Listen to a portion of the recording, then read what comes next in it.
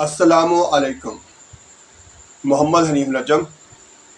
सच्चे मुसलमानों और प्यारे पाकिस्तानियों, सबसे पहले आपका शुक्रिया कि आप रोज़ाना वक्त निकालते हैं और वीडियो को गौर से और शौक़ से देखते हैं, इस नीयत के साथ कि हम आज के बाद अपने प्यारे नबी हज़रत मोहम्मद सल्लल्लाहु अलैहि वसल्लम के फरमान के मुताबिक ज़िंदगी गुजारने की कोशिश करेंगे।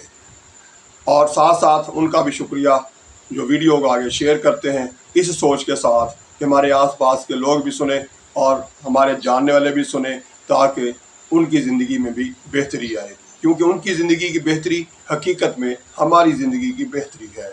इसी वजह से जिन्होंने चैनल को सब्सक्राइब कर रखा है, उनका भी बेहद शुक्रिया। आज की वीडियो का आगाज़ करते हैं। पढ़ते रहो दरूद, मोमनो ड्यूटी यही तो है। पढ़ते रहो दरूद, मोमनो ड्यूटी यही तो है। सारे जहां की मोमनो ब्यूटी यही तो है। सल्ले अला नबीना, सल्ले अला मुहम्मदिन, सल्ले अला शफीना,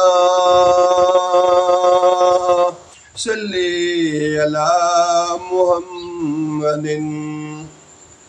सच्चे मुसलमानों और प्यारे पाकिस्तानियों, आज की वीडियो में हम बात करेंगे सबसे बेहतर मोमन और सबसे अक्लमंद मोमन कौन है। इस पर बात होगी, तफसील से देखिएगा वीडियो के अख्ताम तक, ताकि आपको पूरी बात सुनकर अच्छी तरह समझ आए और फिर हम आइंदा ज़िंदगी में उस पर अमल करके बेहतर ज़िंदगी गुजारने की कोशिश कर सकें। तो चलते हैं आज की हदीस की तरफ।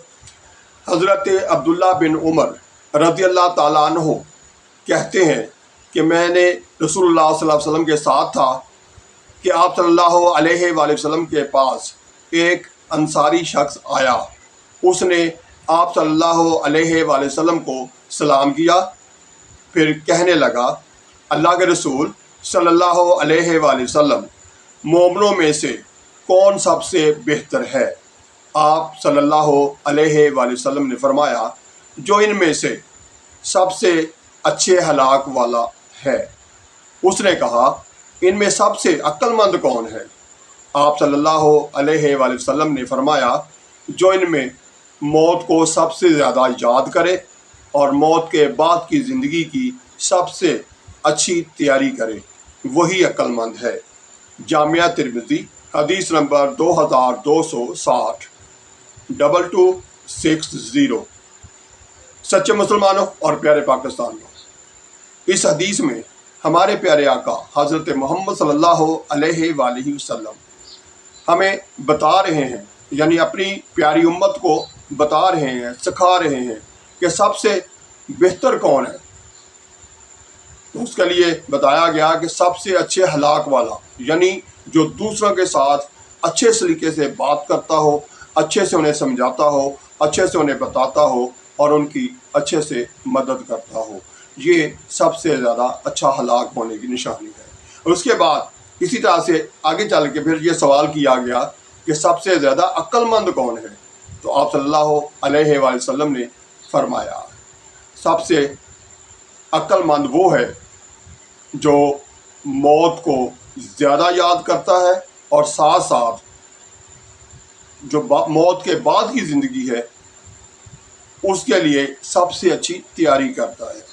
अब इसमें हमें ये बताया जा रहा है कि मौत को याद करना चाहिए, याद रखना चाहिए, खुसूसी तौर पर उस वक्त जब हम कहीं किसी मामले में अकड़ते हैं, दूसरे पर रोब डालते हैं, दबदबा डालने के लिए हम जो मुंह में आता है वो कह जाते हैं, उस वक्त हमें अपने आप को रोकना चाहिए, याद रखना चाहिए कि हमारे से पहले हमसे भी ज़्यादा ताकतवर, हमसे भी ज़्यादा खूबसूरत, हमसे भी ज़्यादा रोब दबदबे वाले आए और चले गए।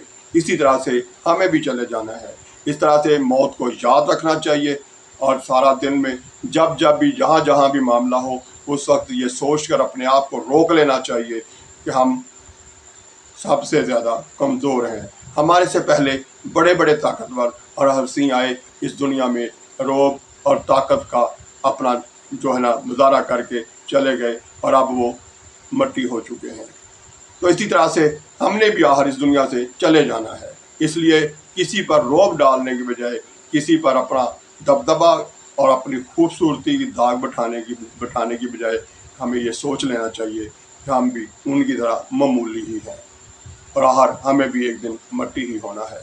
اسی طرح سے موت کے بعد کی زندگی جو ہے اس کی سب سے اچھی تیاری کیا ہے کہ ہم آپس میں ایک دوسرے کے ساتھ اچھا سلوک کریں، اللہ تعالیٰ کے حکم کے مطابق 5 وقت کی نماز بھی پڑھیں، اور اس کے ساتھ ساتھ عقل مندی سے اپنے دین کو جو ہے اس پر عمل کریں، یعنی جہاں جہاں جو کچھ کہا گیا ہے وہ سارا کچھ اس پر عمل کرنے کی کوشش کریں، یعنی دوسروں کے لیے اچھا سوچیں، اور پھر ساتھ ساتھ اللہ تعالیٰ کو راضی کرنے کے لیے اس نیت کے ساتھ ہمارا رب ہم سے راضی ہو جائے، دوسروں کی مدد بھی کریں، دوسروں کے ساتھ اچھا سلوک بھی کریں۔ تو یہ ہے موت کے بعد کی اچھی تیاری، کیونکہ جو سب سے زیادہ اچھی تیاری کرے گا وہی سب سے زیادہ عقل مند کہلائے گا۔ تو عقل مند کہلانے کے لیے، اپنے آپ کو ثابت کرنے کے لیے کہ آپ دوسرے مسلمانوں سے بہتر ہیں، اچھے ہیں، ثابت کیجئے، تو اس کے لیے کیا کرنا پڑے گا؟ اپنے رب کے کہنا پر عمل کرنا پڑے گا، اپنے نبی کے فرمان جو ہیں، احادیث جو ہیں، ان پر زندگی کو چلانا پڑے گا۔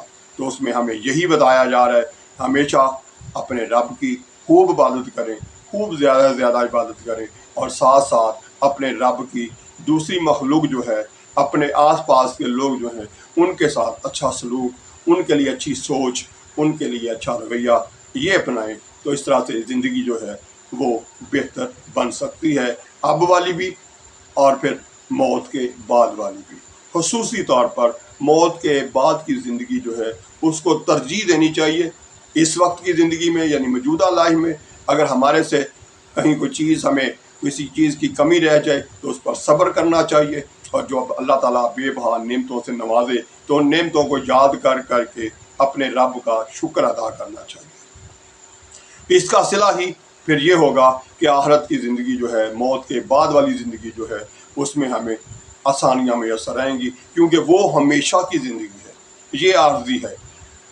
کوئی 10 سال رہے گا، کوئی 20 دن رہے گا، کوئی 20 سال رہے گا، کوئی 20 سال کی بجائے 70 سال جی لے گا، لیکن اس کے بعد آخر ایک دن جانا ہے۔